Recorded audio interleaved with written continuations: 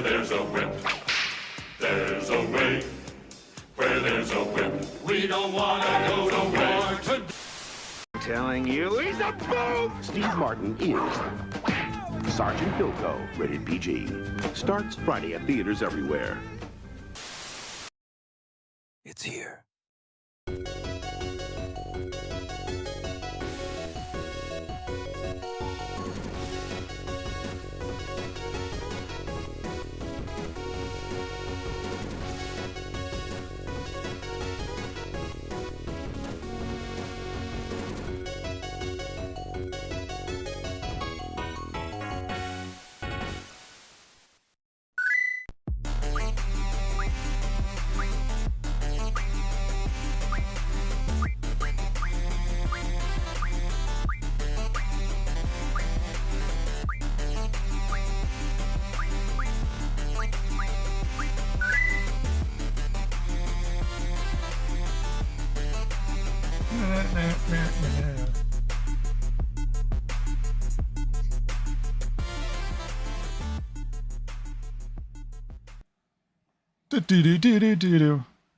It's podcast or something.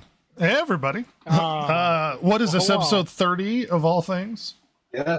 What? 30. How auspicious. How auspicious an event this is. Yes. That's a special podcast. Rings of Power has returned. It's here once again, and we're all super excited. Hence the implication that I've enslaved Jason and Ross to do my bidding and force them to watch Rings of Power. You know, I could say for certainty that Ross is doing this unwillingly. I'm under duress. I'm blinking my eyes. SOS, help. Blink your Hey, eyes if you're blink twice if you're okay. Studies, right? Yeah, and it's not twice. It's once every time. So every single blink means that you're not doing fine? Yep. It's agony. It's agony. Yeah, That being said, what's that, Jason? I do have to say that if we weren't discussing this for the podcast, I would have given the show a complete miss. So, Well, we did. Yeah. None of us watched season 1 Yeah. on purpose because True. we didn't want to watch it. And if it wasn't for the podcast, we wouldn't be watching it. As I've recommended, and as my personal stance when it comes to things you hate, if you don't like something, don't watch it, don't consume it, don't buy it. I mean, obviously, I can't control what your actions are, but just hate watching for the sake of hate watching. I suppose if you're into that, you're more than welcome to. that's on you, man. But you're just fueling the thing you hate financially with your support. So just step away. The only reason why we're consuming said media is because of the podcast, and it's a thing. Yep. It's a thing that's on. Everybody's asking where's Silver. I know we're all freaking out. She's coming. She had neglected to watch Rings of Power, and I commanded her to finish. That takes a while. Well, right. I commanded her to finish and then join us when she's done. Val. So much like Sauron, I've commanded my... No, I didn't have the authority to command. I gave an impassioned speech and they didn't buy it and they betrayed me. Anyway. They betrayed you. Jason, obviously we have a lot of Rings of Power review stuff to go over and whatnot. So this is going to be a fairly tight podcast episode. But Jason, how are things going? Well, unfortunately, I got a cold middle of last week, and that has not been good. But I have consumed some media that was okay. I don't know what it is. It's like one of those things where I see something on YouTube and it's like, oh, the title is intriguing, so I click on it and it's like, oh my gosh. I watched a blaxploitation film called The Last Dragon. Yeah. That thing was so bad. Oh, come now. I See? did like the fact that his nickname was Bruce Leroy. Well, the Bruce last Lee. But Dragon- unfortunately, it wasn't a spoof. The Last Dragon Or is at least almost it wasn't enough of a spoof. well, it's almost entirely an allegory for him trying to get laid, like the whole movie. Yeah. Yes. where like he doesn't even understand what relations are, and it's like him trying to. Right. Did you like the Shogun of Harlem? Who? Oh, he was so awesome. He's the best part of the movie. He is. He is by far, hands down, best part of the movie. I like That was how just who's how the master? naive. Show enough. when it comes to blaxploitation, The Last Dragon is probably up there towards the top of black exploitation. Yeah, Bruce Leroy is the most naive. I don't understand anything that's going on. He's like a child in the movie. Yeah. He doesn't get it. He really He is. doesn't understand. And the girl he's into was one of Prince's dancers, as I recall. Yeah. Isn't the guy that stars in this? Isn't he one of isn't he one of the sons of the guy that ran Motown? Could I think I you're feel like right. I'm wrong. Oh no, it was Motown Productions, and yeah, I think Motown Productions did run this, yes. Yeah. But American it's just actor, martial artist, and stuntman. yeah. Oh, it's great. And just the what was that whole? They're in the theater and everybody's really riotous.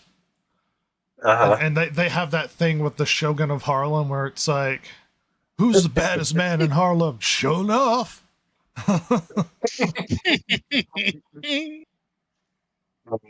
It's great. Yeah.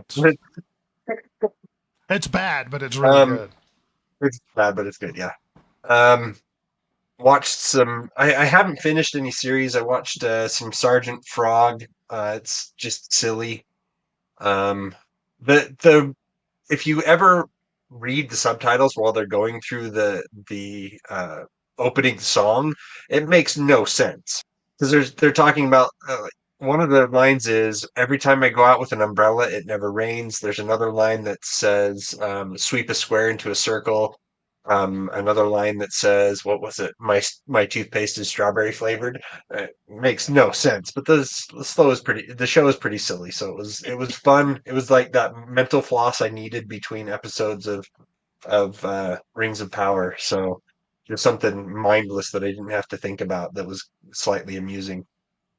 But other than that, just reading stuff, watching anime.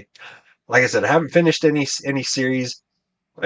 Sergeant Frog is a long one. Like the first season is 50 some odd episodes. So Oh geez. Well, I've never heard of it, so I can't help you. Ross, let's see. I'll go finish up, Jason.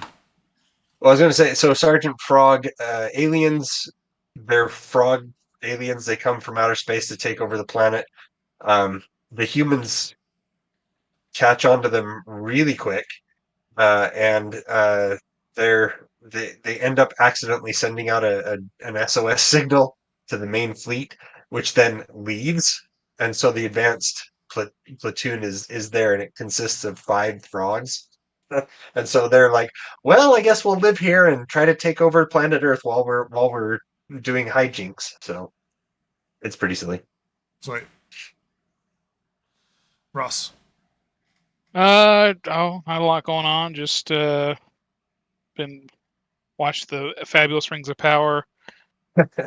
gonna watch Darkman, I think, as my movie Palate cleanser. Yeah, a palate cleanser. And Good choice.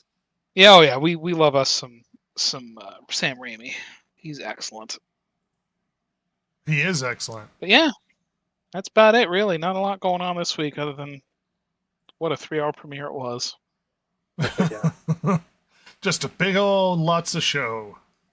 So good. Goodness. Playing the Red Alert Remastered collection. Just trying to keep up with things. We had a funeral today, so all that going on. I watched a few anime. Let's see, Kakushigoto, pretty good, charming show. Paradise Lost, there's some what is that show? Sankaria. It's mostly pervy. I think I watched something else, but nothing I'd overly recommend at this time. Other than that, yeah, we're good, and we will see Silver come around here sometime. So, not to lead us on too much longer, Rings of Power Season 2 came out. You know what's funny? As much as the build-up for Season 1 was sort of a big thing, and everybody was sort of aware as it was coming along, it felt like this snuck up on the internet. Like it didn't feel like there was a lot of anticipation towards Season 2. We were aware because we needed to watch it to review it, so to speak. But I don't think the internet as a whole was anticipating it. Obviously, they announced when the show would start, but it did seem like there was lack of fanfare. You know, obviously the lead up to the Rings of Power, they were having influencers and, you know, everybody's and their dog talking about how great the show was going to be and all this stuff. And they were having interviews with the cast and the the showrunners and everything. And then this one, like you said, it was just like, oh, by the way, here's Rings of Power. And it's like they're sliding it underneath the door and running away. It just didn't feel like there was as much fanfare, I guess. No, I think that it may be that they were trying to keep it down because of what happened to the previous season. There was backlash almost immediately. I mean, before the show even started, people were complaining about this, that, and the other thing. And so it almost seems that they're like, well, we'll just do a quiet release on this one so that we keep down on the amount of trolling that we have to deal with. Season 1 there was a lot of like press junkets and a lot of this is the first black dwarf woman, this is the first black elf, they leaned heavily into the intersectional ideology sort of buzzword stuff, and they didn't do any of that build up to Season 2, which was kind of funny. I mean, there was a little bit. They had that one article where they showed the Oriental girl that's going to play an elf here coming up. But there really wasn't, like you said, this one, they were really low key on it wasn't as heavy on the messaging. It is essentially my point. But if you want a more in-depth review than the discussion we're going to have here, we're reviewing every episode. We did it for Season 1. If you're so inclined, we're doing it for Season 2. That being said, we're going to keep this spoiler free, so your overall impressions of the emergence of Season 2 Rings of Power, first 3 episodes. Do you want to go first, Ross, or do you want me to? Sure, I'll go first. It's I had hope, because at the end of the last season, some of the characters were starting to act somewhat intelligent. Sure. Things were happening. This is worse. This is somehow worse. I am disappointed in the characters. There's only one that I think is even remotely worth anything. And it's like before, you could sit for hours and talk about everything that Season 1 got wrong as far as in relation to the actual lore and yada yada. Well, now you can sit and talk about how it's getting things wrong between Season 1 and 2 with its own internal logic of the show. Like, it's getting worse, I think. And I am bummed. I'm bummed that this 3-hour premiere was not very good. If I was just watching the show on my own, I wouldn't continue. You wouldn't have gotten past Season 1. No, but like assuming I did, I wouldn't get past this. No way. Yeah, same here. Yeah. So I overall I think it's worse. I am curious to see in a morbid sense where it goes, not in a positive sense. I'm more interested to see how the corpse flies apart when it finally hits the rails, not how good it gets, Sure. Jason. That's kind of where I'm at. It's like that fascination people have with car wrecks, where they have to, as they drive by, they have to do the rubberneck thing. Anyway, my impressions. It's as boring as the first one, maybe a little more so. More. I I I texted you all earlier when I finished that I right before I started watching the third episode. Um, and I mean, there's so many things that don't make sense about what they're doing, the characters and what the characters are doing. Um, and just various things that are like, well, okay, I guess I see why you're doing that. As far as I think what you're trying to do is you're trying to go off of the reactions of season one, and you're trying to maybe course correct, but it seems like they've over course corrected here. Oh no, there's They've gone, very obvious moments in season 2 where you could tell, based upon the reception of season 1, they changed things. Like, you can obviously see story changes in season 2 based upon the fact that people didn't like stuff in season 1. It's very obvious. right, and this is it's like I said, it's almost like they've course corrected too much. They're like, oh, we got to go this way, and then when you're slipping on that icy road, you start steering one way, and the car corrects and then starts skidding off the other side, and that seems like what they're doing here is they've skidded way too far one way, and now they're going back, and now they're sliding off the other side of the road. The characters, they're still not likable. Some of them have actually gotten worse since the first season. Interesting. Yeah. Look, so I have a few thoughts on this one.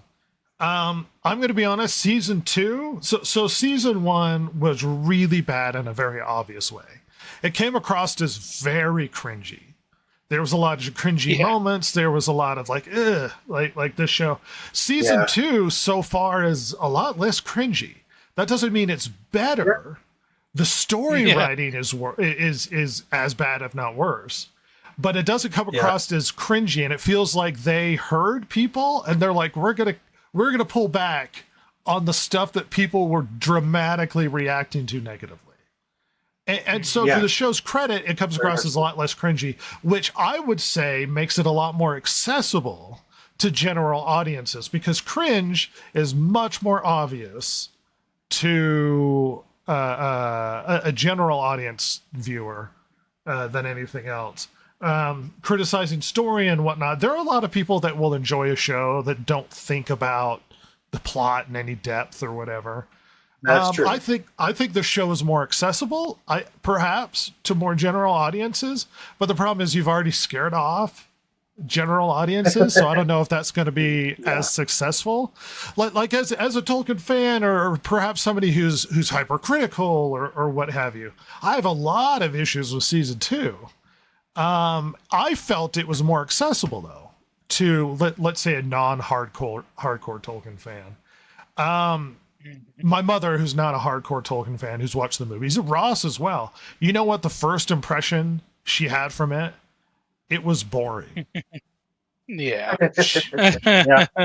She fell asleep at least 2 or 3 times throughout the show. Oof. And that's not a good sign for a normal general audience viewer who doesn't hyper care about this sort of thing. I mean, obviously the general audience is going to outnumber the Tolkien fans. That's kind of how any fandom goes. You're going to have the fans that are there for the IP or whatnot.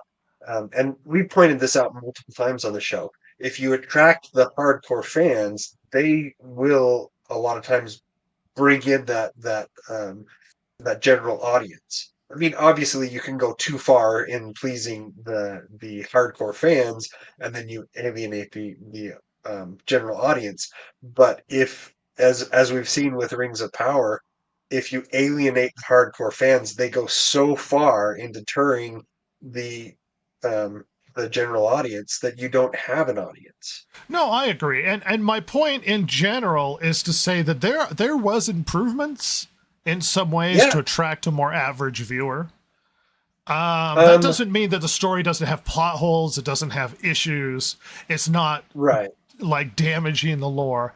In trying to sort of meta stand back from the show, I think season 2 is more accessible. But the problem is, no one's entering into a season 2 if they were scared away from a season 1.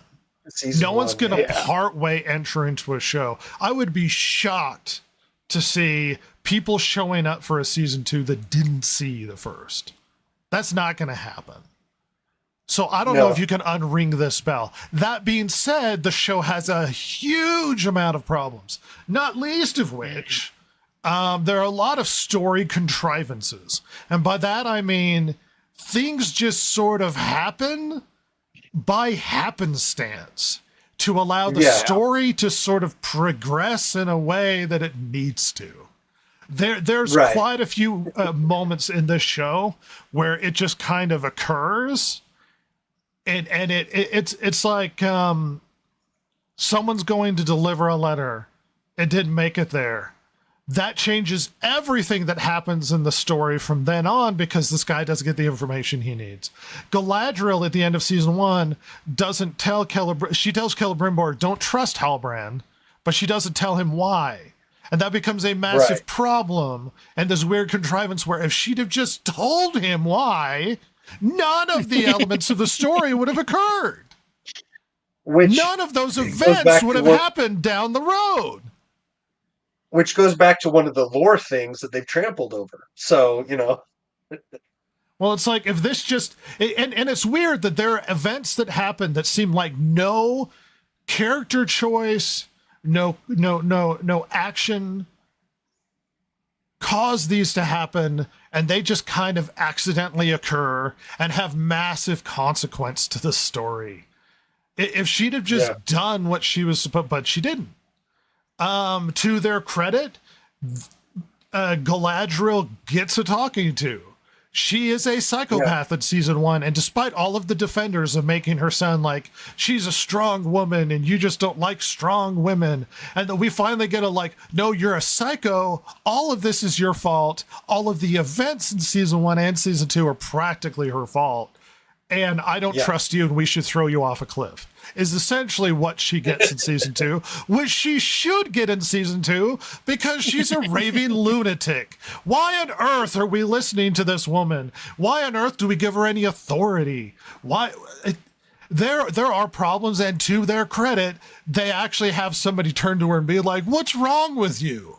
What were you doing? They actually ask her what's wrong. Yeah, like, hey, why'd you let this happen? Like, are you stupid? Like, what's the problem? Like, I don't...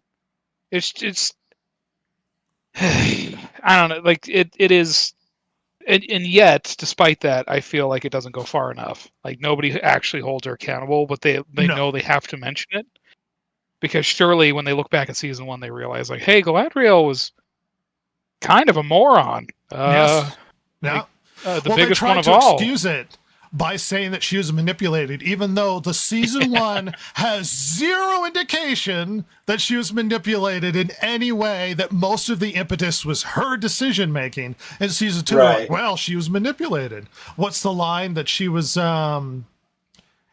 had her dancing to the tune of a flute that she didn't know the song. And it was like, what the hell are you talking about? And then Elrond pointed out, he said, no, that tune was inside of you already, which is a good response. Elrond comes across as the only sane man in the entirety of season 2. Glad they're not doing Elrond entirely dirty. Jesus. To the point where everybody's making poor decisions, and he buggers off to a shed and starts making a boat. He's like, I'm getting out of here. Like, no one's listening to me. I'm just going to build a boat and I'm going to sail away. I'm out of here. It's like they heard, but they tried to excuse the bad writing by sort of waving off certain elements into it. Obviously, we're not getting into spoilers, but how about the contrivance of she gets a ring simply because it fell in her direction? Well, she could reach it. What do you mean? She reached it. She picked it up. Yeah. Could have been any elf, it even though they felt- don't trust her, and nor should they. Well, they flat out So said we don't it trust felt- you, but we're going to allow you to carry one Yeah, of the most we're gonna powerful allow you- items in Middle Earth. Yeah. So in the books, it mentions that the rings, the great rings, somewhat had their own will, and so I felt that this was kind of a nod to that. Yes, like, it feels like that's what they're trying to do, but they didn't give it. Look, literally, they really recognize. didn't establish that. It's Well, more no. like it just bounced and landed at her feet, and she picked it up. Whereas it would have been more my point dramatic being, if some choosing happened. Well, now hold on. My Go for it, point sorry. being that at no point would they have ever given it to her. There's no indication that she deserved it. They gave her, literally, she gets a talking down to where she's like, I can't trust you. You're insane. The only reason why you're sticking around is I have to have you around for certain reasons. I don't like you and I don't trust you. There's no reason they would have given it to her. This is literally the author forcibly being like, well, the ring fell towards her, so you have to accept it. It's like, based on what? And it literally, Gilgalad should have been standing there going like, oh, we dropped that, give it back. Yeah. Like, you don't get this woman. This should have been Give this me should have the been that ring. moment in the lore in the Fellowship of the Ring where Frodo slips down the snow and Boromir picks up the ring and Aragorn's like, give the ring back. Yeah. That should have been their moment right there. It should have been like, you haven't earned this, lady. Give it back. There are a lot of awkward contrivances. Hey, guess what? The disrespect for time and space also returns in this show. Oh my with gosh. fury. Oh my Lord. gosh. Where literal events happen minutes from each other, despite the fact they're on the other side of like the continent, and you're not entirely sure what exactly is transpiring or how much time has passed. People arrive in places that shouldn't be very quickly. It's a special time. It's a lot of things happen and there's a lot of confusion. It's hard to tell, but it feels like thousands of years pass in the first episode when dealing with Sauron content, but you're not entirely sure where that time takes place or what exactly is happening or who's doing what. Apparently, the only reason that they have a frozen north was because Sauron died there.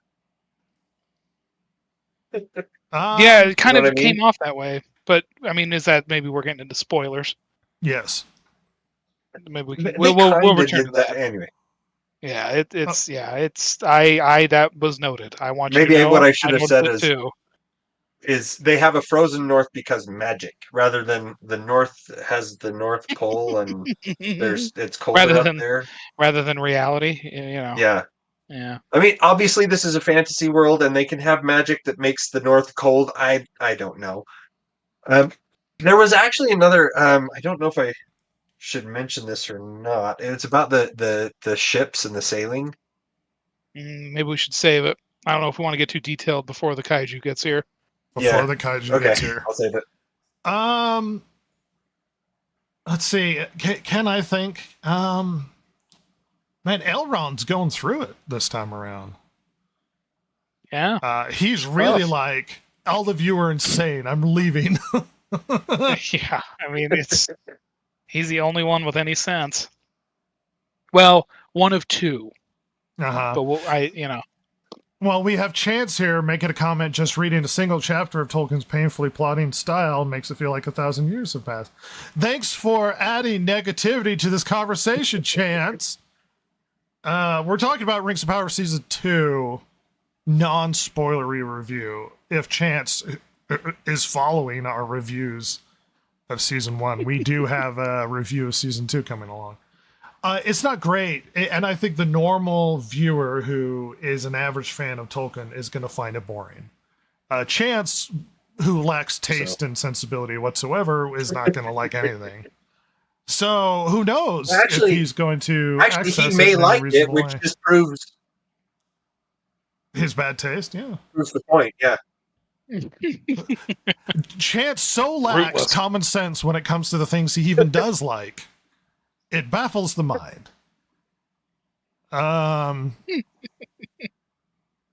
Some question whether or not he was dropped as a child. Moving on, the season 2 has a lot of problems. Not the least of which the time and space. It's hard to tell exactly. Chance says he hasn't been watching our reviews. Sorry, I hated the Lord of the Rings movies. Well, they're not kind reviews. Whatever you want to interpret that as. They're not positive responses to the show. This just kind of goes to prove my point. We liked the Lord of the Rings movies. He didn't. He actually might like this stuff, which we don't. Well, this is not a let's all dump on Chance episode. That would take far too long. Season 2 has a myriad of problems. We'll have to see where this carries us coming into future episodes. It's strange. We have hit 3 episodes now, and we're practically halfway through. Yeah. That's how much Rings of Power they dropped right out the gate, which is insane. So weird. It doesn't feel like there's as much fanfare this time around. Just to reiterate, I wouldn't be watching this if I wasn't reviewing it. I would just be happily ignorant about Rings of Power because I don't care. Absolutely.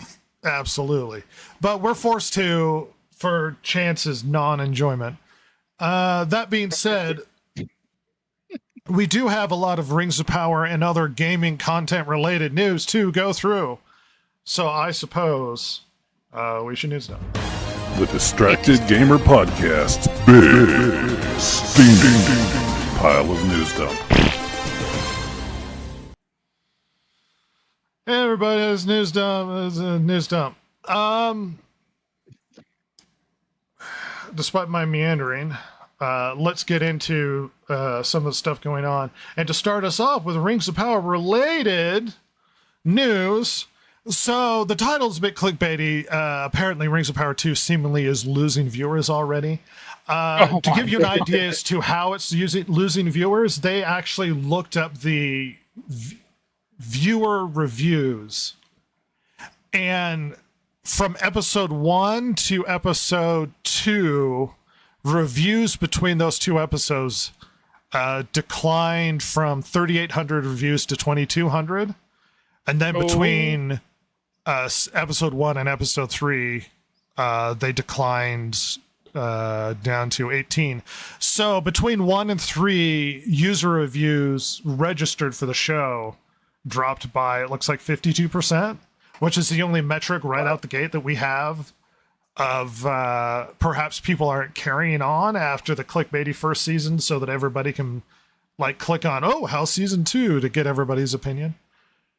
This is the only metric. It's not obviously guaranteed, but the fact that we are getting much less reviews per episode is perhaps an indicator that people aren't enjoying this content.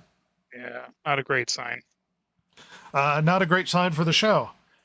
Shifting on, Morphin Clark actually had some interesting responses to the drama around her show. To read a few of the quotes, let's see. In an interview with Elle, Clark stated, "I was just totally unprepared when season 1 came out.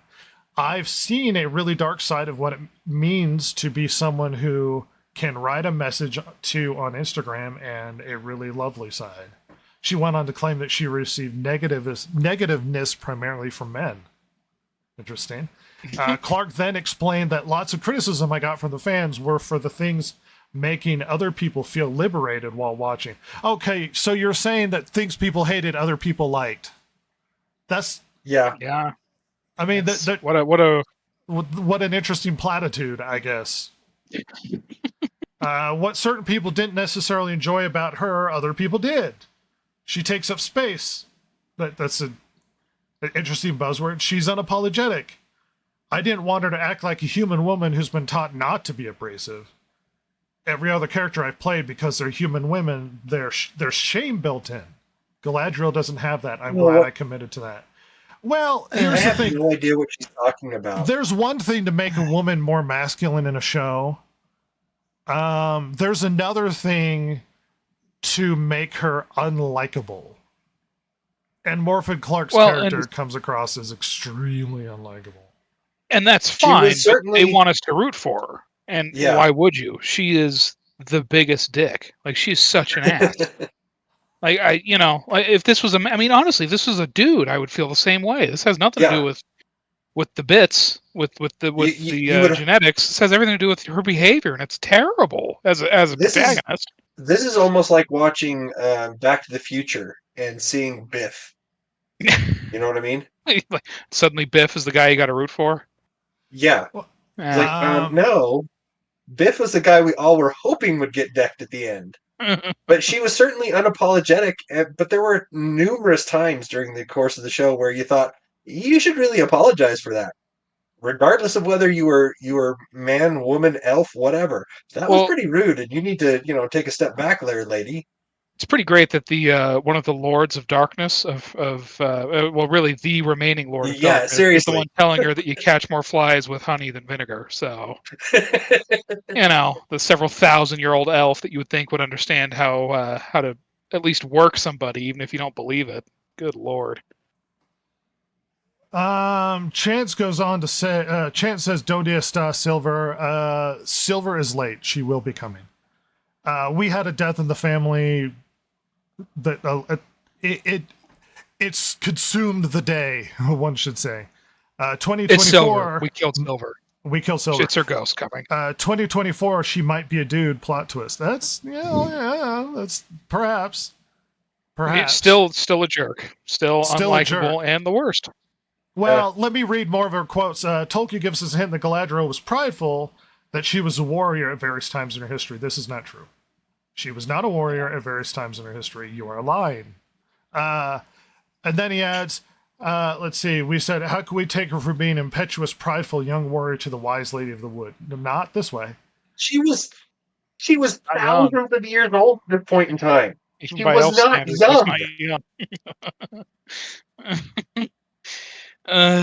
Well, to read more quotes, to be part of creating accessibility for generations to come, for new generations, this is their version of Tolkien. This is what my daughter will see of Tolkien's work.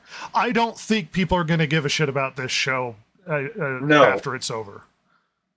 Nope. I don't think this is going to have legs in the future. Hey, the women from Tolkien media that people remember? Oh, it's Eowyn and Arwen and, those ones. Oh, the ones that even though Arwen I know strays a little bit from the books, like at least it's not ridiculous. No, it fits in with her character. Reason. Yeah, it's within reason. It's just like. All right, let's chug along. Let's see. Amandla Stenberg apparently doesn't want to leave the news when it comes to acolyte conversation, and came out with a video with her talking about the response to the acolyte and it being canceled. A few things of note. She basically said, I'm not really that surprised. And she blamed it on racist, bigots, misogynists, and conservatives for why the show was canceled. I'm going to give you perhaps a slight different analysis on this conversation. A lot of people have talked about this, so we don't need to get into it very deeply.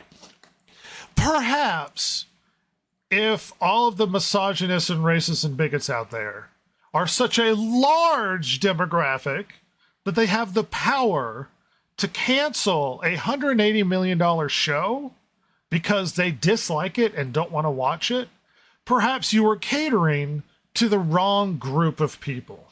Because if the audience, if the demographic is so big that they can force you to cancel a show they don't like, then maybe you should be making shows catering to the misogynist douchebags.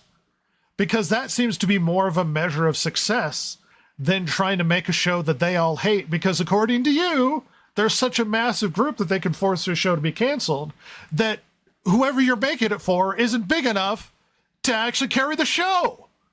Yeah. Yeah. Maybe. Well, and amazing logic there, Brett.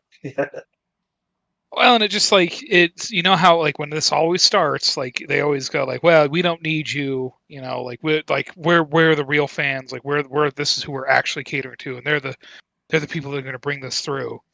And then turns out those fans either don't care, even if they are numerous enough, or even if they are watching, turns out they're not numerous enough.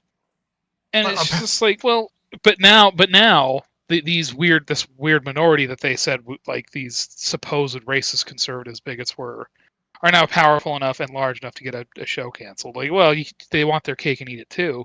Yeah. Maybe if they this comes back to the point we always bring up every episode because it's always relevant to Hollywood. Maybe if the budgets were a little more reasonable, that show could have stuck around. Precisely so. Chance weighs in and says we need an elderly Arwen played by Steve Tyler just for the chuckles. Oh my god! Considering she wasn't even born yet. No, I'm in. I'm game. Steve Tyler comes back in a dark wig, makes out with the. Oh my god, with ancient Aragorn. Because if she looks that old, he's basically just dust. I mean, we'll just have who's the main guitarist for Aerosmith? We'll just have him be Aragorn, and Steve and him will make out, and it'll be fine. God. How much is that going to cost? You think? Because they're not doing that willingly. Like they got to get paid. Well, did you ever play that? It was a Sega game. I think it was Genesis or Sega CD, where it was a shooter, like an Aerosmith shooter, and it had like Aerosmith music in the background. It was like, my god, why do I have a memory of this? I vaguely recall this. It exists. It felt a lot like a Kiss. Sort of like branding where it's shoving its branding in any old thing, even though it makes no sense for Aerosmith to have like a shooter. And essentially you're just shooting, I think I remember terrorists from attacking the band at their concert or something. Hell yeah, dude. It's called Revolution X. From trying to stop them from playing their music. Let's not dwell too much on this. We've got a lot to go. Oh no, not the right one. Let's see. Okay, so we didn't really talk about Dustborn for various reasons. We don't care. It doesn't fit in. Just to give people a quick rundown, there's a game called Dustborn that came out recently. It's very political. Like, it leans heavily into the intersectional, woke, so to speak, ideology stuff. Fine. I don't care if they have a hyper-political, LGBTQ-themed, hyper-woke-themed game. Yeah, do what you want to do. Clearly, that is not enough to attract, I guess, an audience that's interested. And people who have political opinions in opposition to said game are going to call it trash. This is what's going to happen on the internet. You can't just make something and expose it to the public and not receive negative and expect not to receive negative feedback, so to speak. But there's been a lot of negative feedback. And to give you an idea, it's like, whoa, what? It just has diverse people? No. Like, literally, attacks in the game are called, like, cancel and bully. Triggered. And the main characters are, like, immigrants. And it's very heavy in the political realm. I hadn't really heard about Dustborn. It hadn't been on my radar at all, so I just looked up, did a quick Google on Dustborn. It says it's an alt history Americana road trip game that wears its politics on its sleeve. It's about a group of outcast queers and exploited workers who fight fascist cops and smash corporate drones while navigating new and evolving relationships. And apparently 4% liked this game. Oof. Yeah, nobody liked this. It basically, the reason why whenever we have these big arguments when it comes to big IPs having politics in it, when they didn't previously, is because when we always go, hey, if you want to put politics in your game, just make your game political. This game is the exact reason why they don't do that. is because if they make just a political game, it sucks and no one wants to play it. That's why they piggyback on major IPs to insert their politics into it. That's why they don't just make a game to express their ideologies, because the games that do crash and burn. And that's the example of this one. Anyway, the point isn't to lambast this game, because they're allowed to make a woke game if they so desire. Yeah. The point is, I'm going to read the message of their response to everything really quickly. So they go, since we first announced Dustborn, we've read your comments and listened to your feedback, hopes and wishes for the game. Over the past 4 years, our team has poured their hearts into telling a story that's deeply meaningful to us, a story about the power of words, about building a world where everybody could feel safe, about love, friendship, and robots, of course. We expected Dustborn to spark conversation and debate, and looking forward to engaging with our players in a positive constructive fashion. You are not interested in feedback.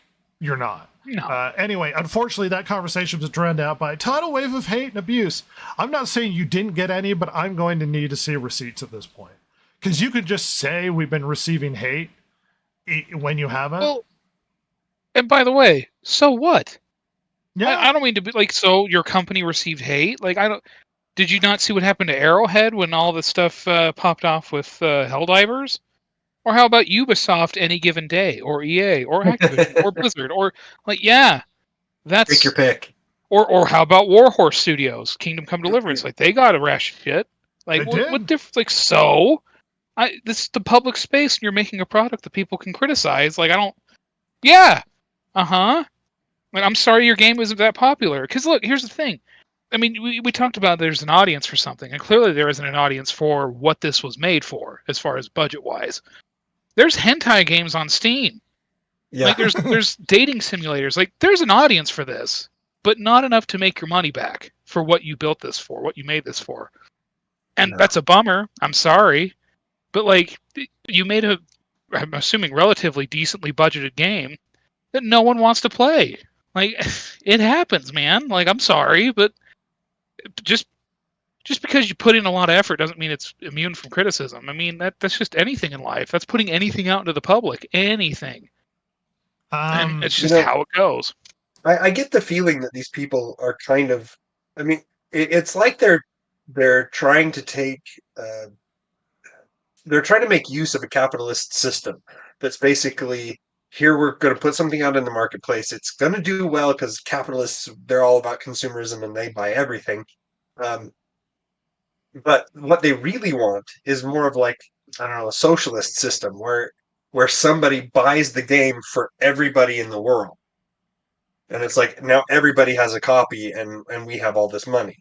It's like, well, if you actually go and look at your gamer base and you say, okay, we need to make a game that hits these points because this is what people are consuming.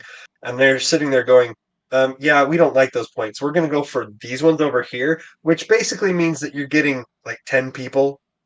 Yeah. Maybe. And about half of that are people who are deceived and they just don't know what it is that they're buying, and then they regret it later. Well, let me bring in Chance's comments. Let's see. The Alphabet people sincerely believe they should be shielded from criticism. Make a rainbow game all day. Go for it. Just keep the progressive shit out of the established IPs. I agree. BTO, if you state any opinion on the internet, you will get hate. Welcome to the Thunderdome, bitch. Get a helmet. That's why we love you, Chance.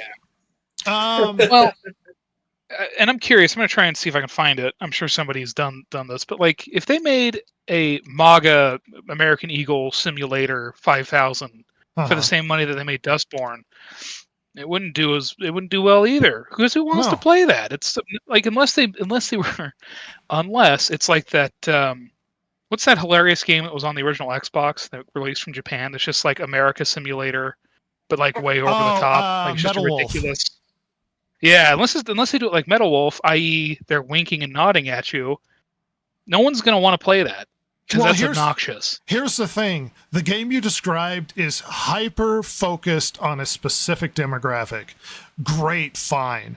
Don't be surprised when people who are the opposite of demographic dislike it, and general audience who aren't in that demographic don't consume your product. I don't know why this is shocking. I think the expectation is they should be able to preach to you and you should be forced to consume it. That being said, we don't need to dwell too much on this topic. We need to keep rolling along. I got one thing to say real quick. Okay, do. The American government spent $275,000 funding this game, and the European Union spent 150,000 euros. Do you know who spent more? The government of Norway.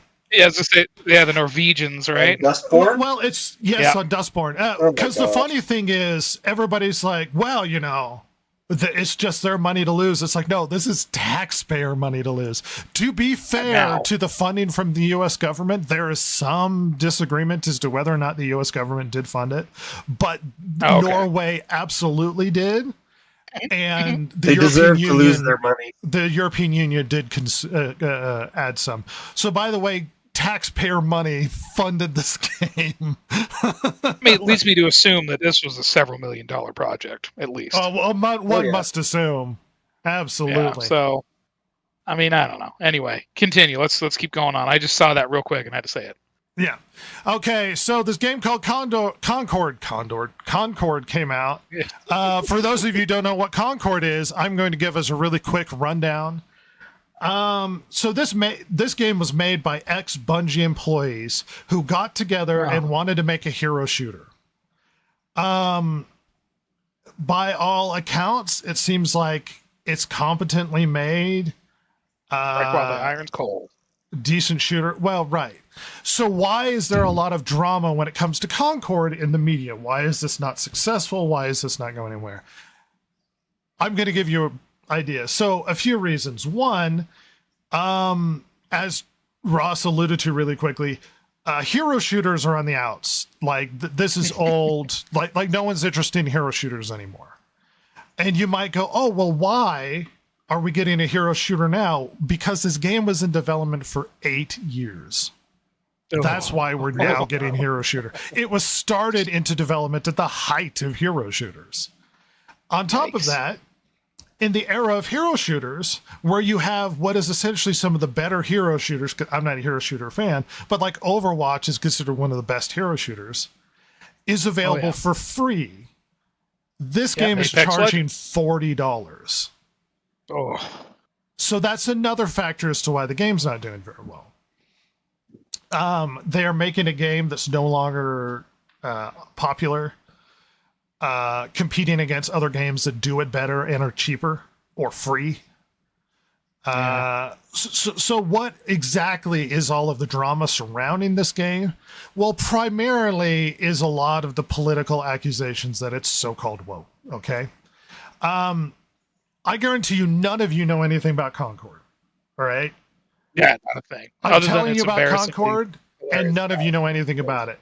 Do you know what? The only thing the internet knows about this game is character art pictures that that feature very LGBTQ friendly, diverse cast of characters that feature in this game, and 2 pictures of the robot character in this game having his pronouns in his bio. That's the only thing people know about this game. In a genre that's already dead, people simply weren't going to be interested. I'm sorry, but there are a lot of reasons why you wouldn't play Concord. Now, I've heard some accusations that this might go down as one of the largest gaming failures of all time. I don't know. We did have Suicide Squad. We did have, there are a few others. Forspoken was a massive failure in the terms of tens, if not hundreds of millions of dollars. The Avengers game. The Avengers game, a massive failure. The only reason why this might actually qualify is for a few reasons. I think I have the news, but it's not up at the moment. It looks like this is going to cost Sony a loss of approximately $200 million. Oh my gosh. What? And when it comes to sort of the least successful game of all time, you have to measure it against the money it takes in as opposed to the money it costs. And this is taking in almost nothing. It looks like it sold approximately 25,000 copies, which is God. almost nothing. It's- Right yeah, out the this is gate, $40 per copy. Yeah. right out the gate on its debut, it didn't peak 700 concurrent players. Yikes. Its crash and burn is on an epic scale that cannot be classified. That's rough. To the point where it performs so poorly that it looks like they removed the LGBTQ tag from the game on Steam in order to get people to be like, no, it's not an LGBTQ game. What are you talking about? The almighty dollar wins again.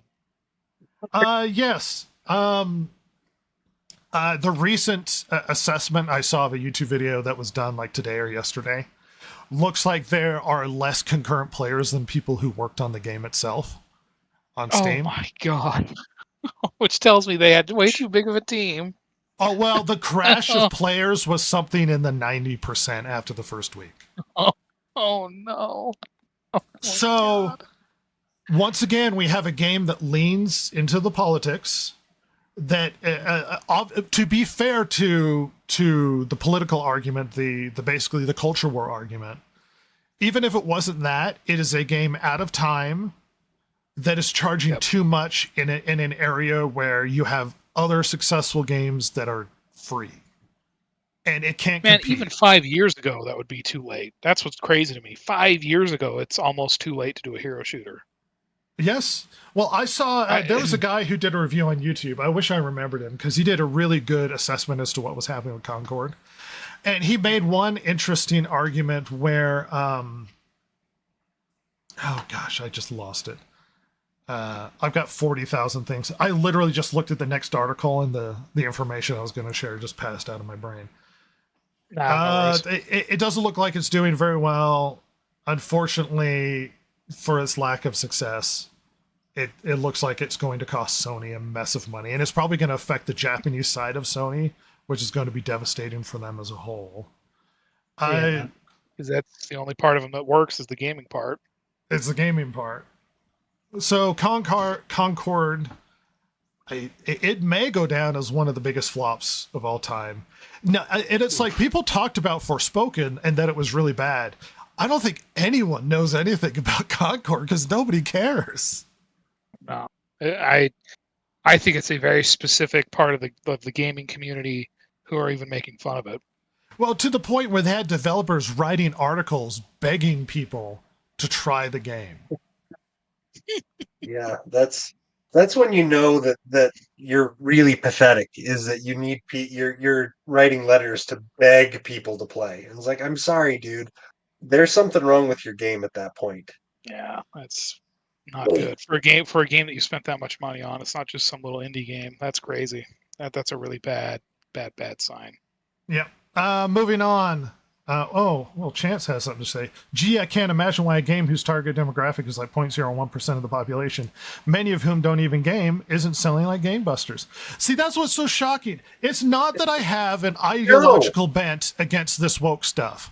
That's not it. I do, but my argument is you are catering to such a small percentage of the population, and then you're acting surprised, and then you gaslight everybody when they don't buy your game. Why is this surprising? I don't get it. You have to be in such an immense bubble to not realize this is going to be the result. Well, and that's what it is. Because the thing is, even for someone like me, like when I, like especially on PC, the kind of games I like are things like Red Orchestra, Squad, Postscriptum. I think it's called Squad 44 now. Like the much more realistic, really high learning curve kind of shooters. Those are my favorite, where there's a lot of like teamwork and like it's super high like time to kill ratio. Like, I mean, it's like one shot you're dead. Sure. You can't, like, if you spent the kind of money on like a AAA game budget on those kind of games, you wouldn't make your money back. That's just a reality, because the number of people who will play those games isn't big. Now, what you can hope to do is make a game in that realm that you've budgeted correctly for that size of group you're going for, that might draw in people that don't normally play those games. I think Hell Let Loose is probably the closest we've had in a long time. The Xbox Game Pass released. A big group of people. Jason, you're going to say really quickly before we dwell too much on this topic. Yeah, it's almost like these people don't bother to do market research anymore. It's just they come up with an idea, they pitch it, and the boss says, "Oh, it's got the DIE stuff in it. Let's go ahead and do it." But they don't actually bother to look and see if the market would support something like that, which everyone and their dog outside of their specific outside of this specific bubble of people knows that is a failing strategy. There are so many better ways to employ your money and to hit your target audience than what they are doing. But they feel like they have to cater to like they said, 0.01% of the population, and cater to the what are they the minority, the reviewers, critics. Sure. That's one of the things that I noticed in the article about Amandla Stenberg, where she was like, "Oh, the critical response was so awesome," but the critical response, it's great that the critics like it, but the critics there's like 100 of them, and that's not going to carry your product, because when you're looking at like 100 critics versus millions of fans, there's no contest there. Well, let's get Chance's comments really quick. Devs, make a shitty woke game. Capitalism has failed. You're not wrong. That's the response. And look, we're all sitting here saying, why would you make a game to cater to a small demographic of people when most people aren't going to consume this or aren't interested in it? You know what the answer is. We're all saying is like, why would you do this? You know what the answer is. Their goal is ideological. It's not financial. Yeah. Their goal at the very is least, to they live in a bubble. Well, right. At the very least, they live in a bubble and they think everybody will like this. But on top of that, they feel it's their obligation to spread their politics throughout the content that they create.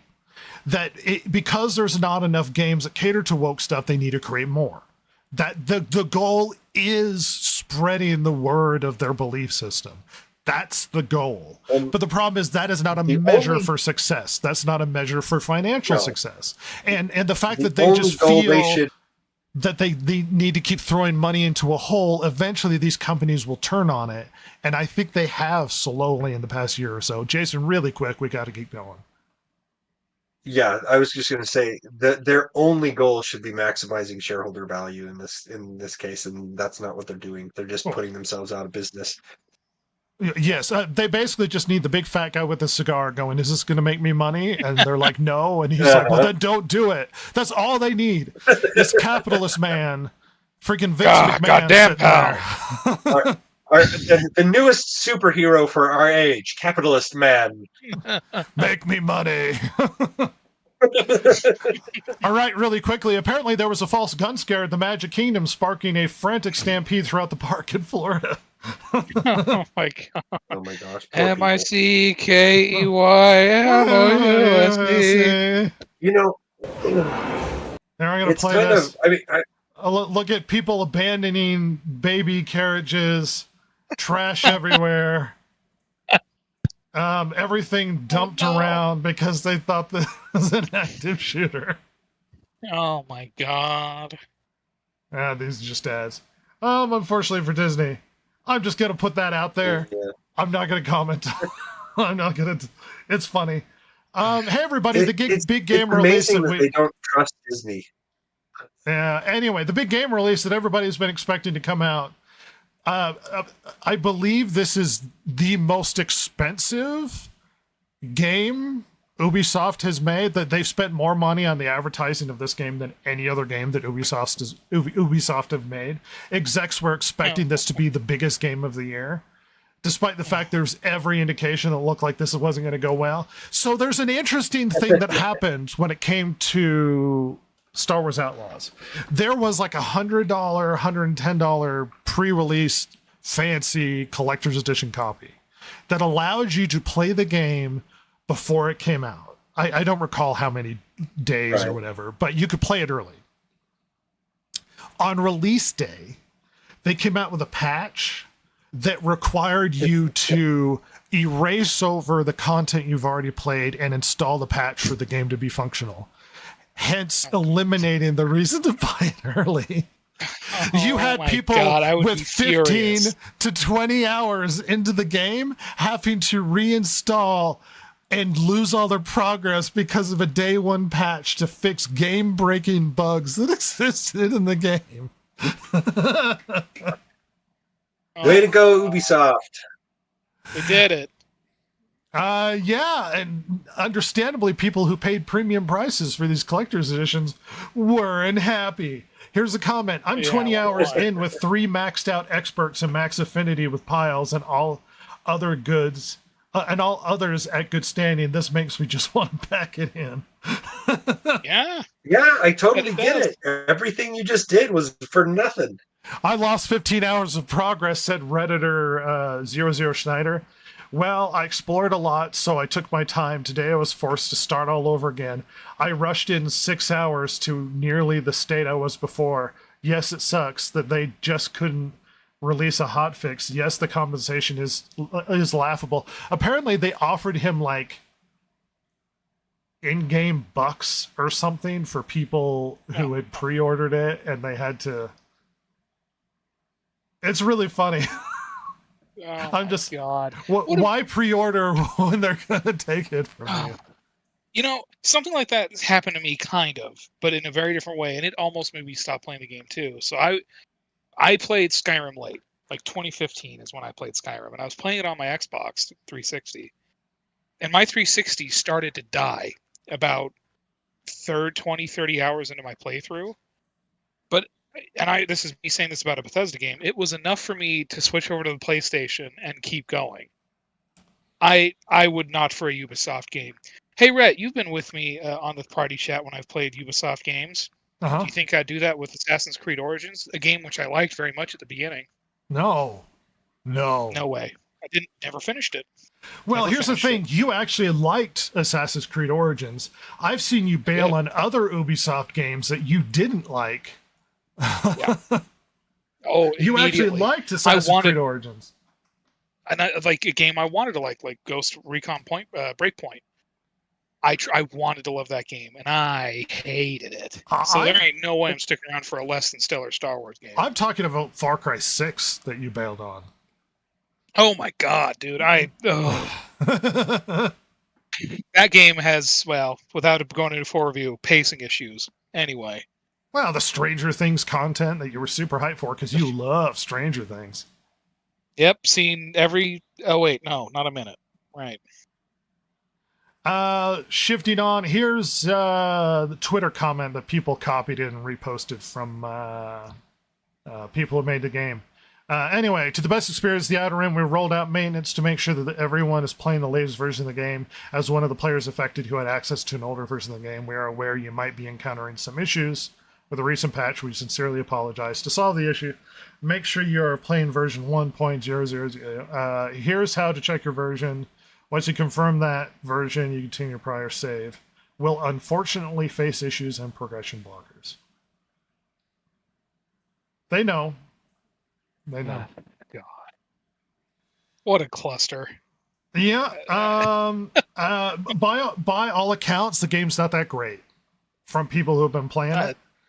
There's the famous Asmongold clip that's out there, if any of you are inclined to look it up, where basically he's sitting in a bush and no one can get to him because the pathing is horrible and the AI can't figure out where he is in the bush with dead bodies surrounding him, sort of thing. It's a really... knocking people out around him. Yeah, it's a really bad image. At any rate, so this is a rumor. I don't know if you're going to trust Stuttering Craig's supposed inside information, but there was an interesting post he made where he claims that he had an insider that told him that as of this morning at their nationwide box office chain, Assassin's Creed Shadows has less than 800 pre-orders. Oh my God. 800? Oh no. Oh, ouch. And apparently that's so little. apparently this chain accounts for about 900 stores. So take this for what it is, as an internet personality who 900 perhaps is inclined to not like Assassin's Creed Shadows. But according to him, an insider told him that the big box office chain that he works for has only 800 pre-orders for Shadows. So we'll see how that pans out.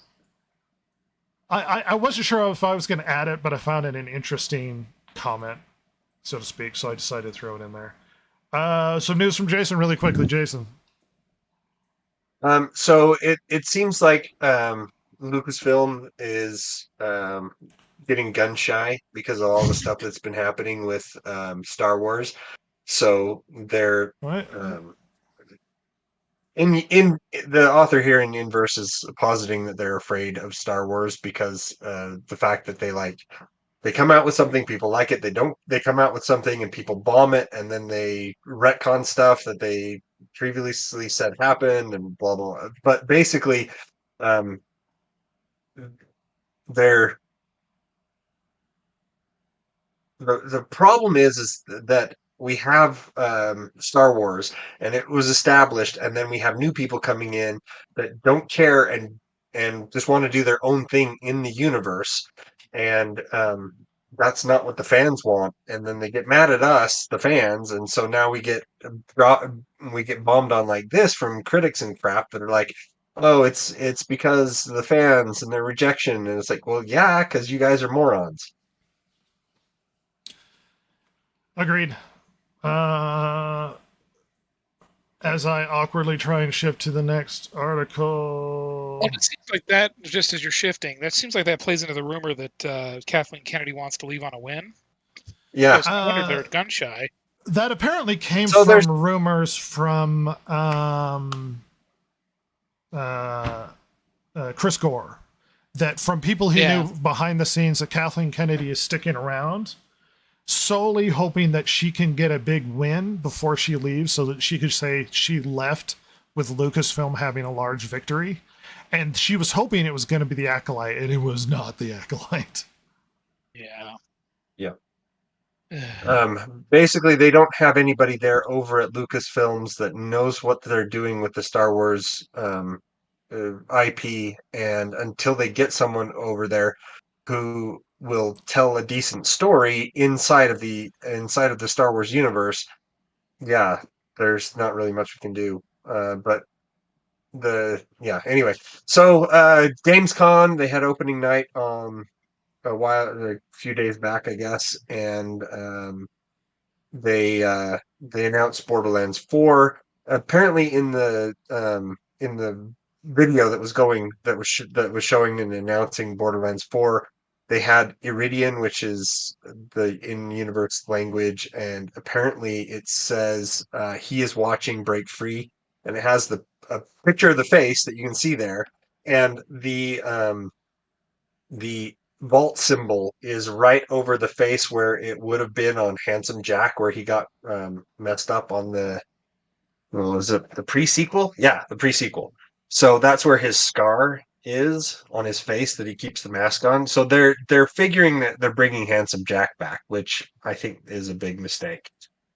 I think Handsome Jack was amazing in Borderlands 2, and we should let him die and move on and have somebody else at the helm. But because Handsome Jack was actually the last uber successful villain from the Borderlands franchise, they can't let him go. Yeah.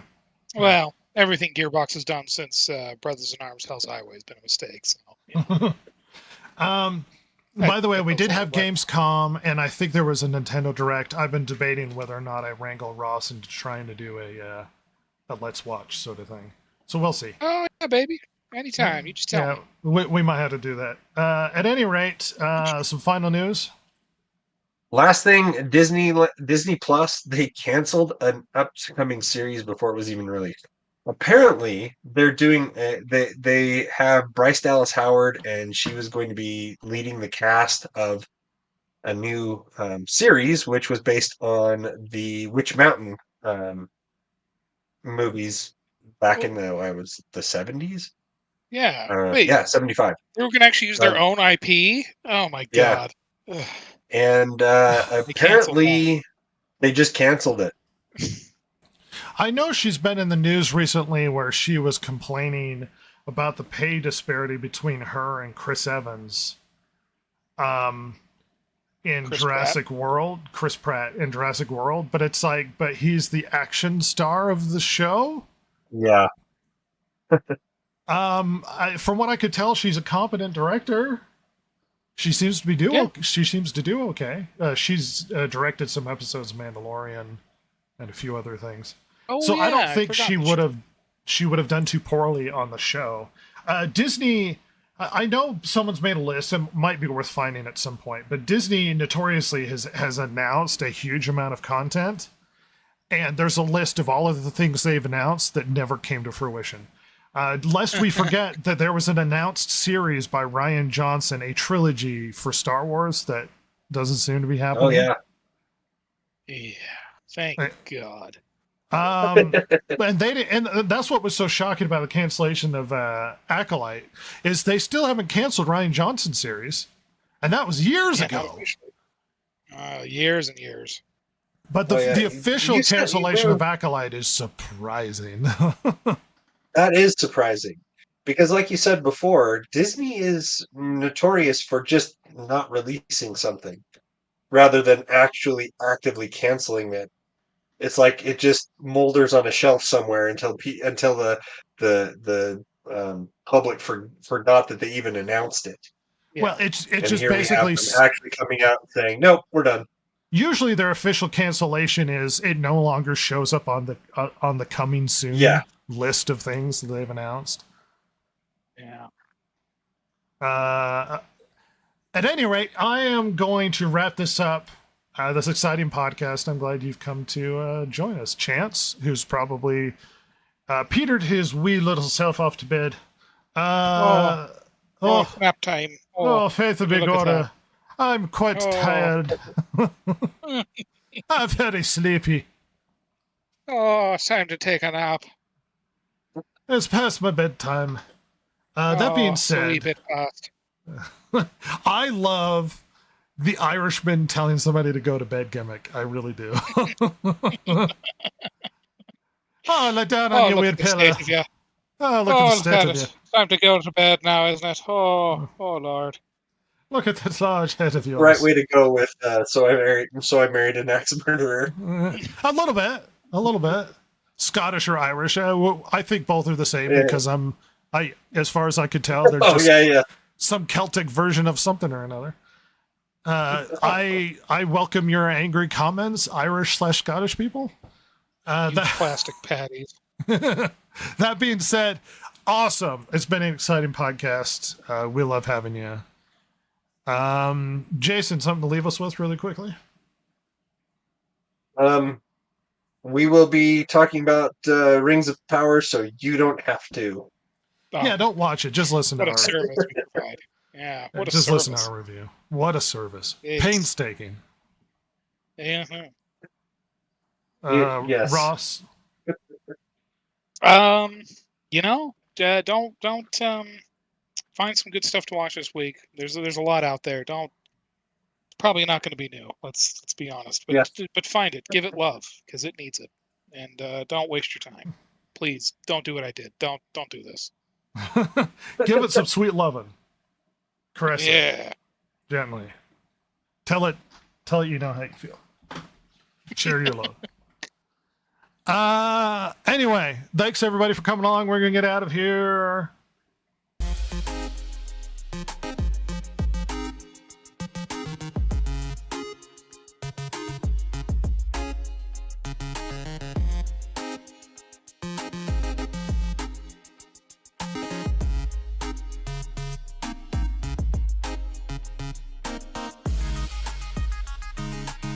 If you like the show, follow Rhett, Jason, Ross, and Silver, the world's most lethally stupid internet personalities on Twitter at DG Podcast or on Instagram at Distracted Gamers.